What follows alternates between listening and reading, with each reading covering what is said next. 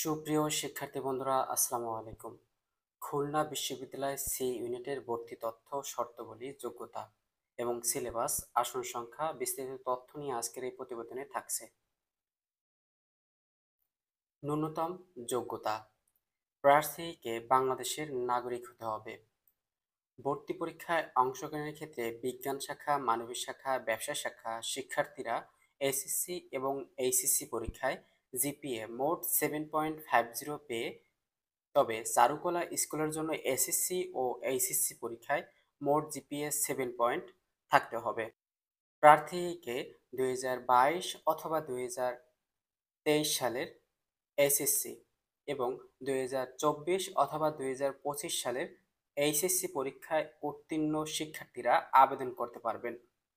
GC ও level এবং এ level পরীক্ষায় 2024 অথবা 2025 সালের উত্তীর্ণ, এ লেভেল পরীক্ষায় 2টি বিষয়ে উত্তীর্ণ এবং 2019 থেকে 2022 সালের মধ্যে ও লেভেল পরীক্ষায় অন্তত 5টি বিষয় উত্তীর্ণ শিক্ষার্থীরাই আবেদন করতে পারবেন। টোটাল এ এবং এবং ও 60টি বিষয়ে প্রত্যেকটিতে সি গ্রেড পেয়ে উত্তীর্ণ হতে হবে। ভর্তি পরীক্ষার মান বন্টন: ভর্তি পরীক্ষা অনুষ্ঠিত হবে 2 ঘন্টা, তবে চারুকলার জন্য অতিরিক্ত 1 ঘন্টা পরীক্ষা দিতে হবে। ভর্তি পরীক্ষা এমসিকিউ এবং লিখিত পরীক্ষায় অনুষ্ঠিত হবে।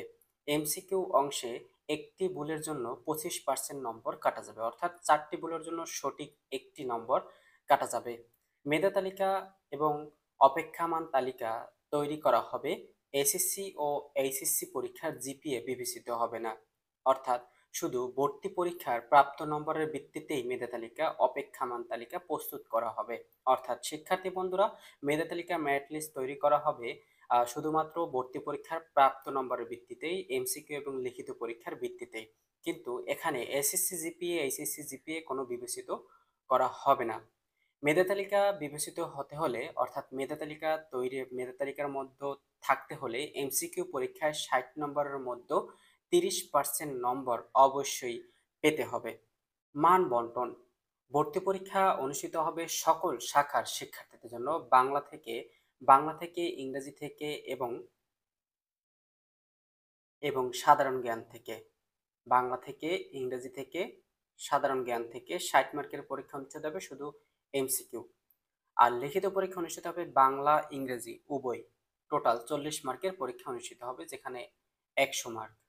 আর যারা চারুকলা অনুষদে বা পরীক্ষা দেবেন তাদের ক্ষেত্রে ড্রয়িং ও ডিজাইন মডিউল প্লাস শিল্প সংস্কৃতি বিষয়ক সাধারণ জ্ঞান পরীক্ষা অনুষ্ঠিত হবে 50 মার্কের, যেখানে সময় থাকবে 1 ঘন্টা।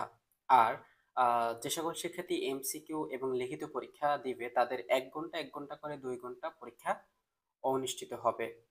ভর্তি পরীক্ষা অনুষ্ঠিত হবে বাংলা ও ইংরেজি বিষয় এইচএসসি পরীক্ষায় অনুযায়ী ভর্তি পরীক্ষা অনুষ্ঠিত হবে, অর্থাৎ এইচএসসি সিলেবাস অনুযায়ী ভর্তি পরীক্ষা অনুষ্ঠিত হবে বাংলা ইংরেজি, সাধারণ জ্ঞান অনির্দিষ্ট।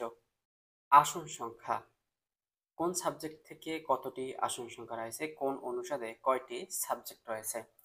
প্রথমত রয়েছে শিক্ষার্থী বন্ধুরা কলা ও মানবিক স্কুল, যেখানে ইংরেজি থেকে 37টি আসন সংখ্যা রয়েছে সাধারণ আসন, আর মুক্তিযোদ্ধাদের জন্য একটি এবং উপজাতি কোটা শিক্ষার্থীদের জন্য সকল সাবজেক্টই একটি একটি করে মুক্তিযোদ্ধা উপজাতি কোটা শিক্ষার্থীদের জন্য আসন সংখ্যা রয়েছে।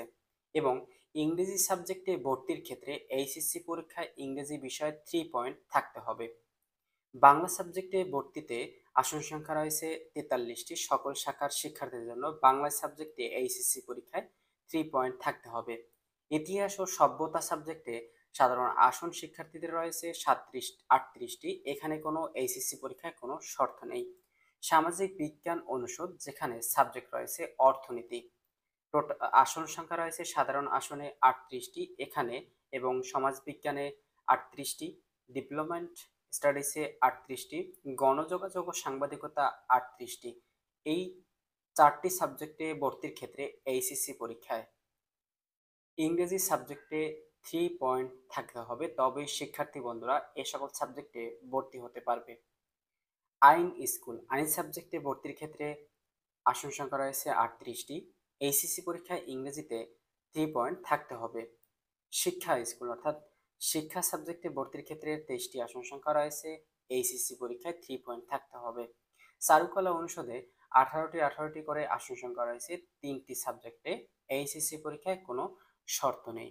এই ছিল আসন সংখ্যা।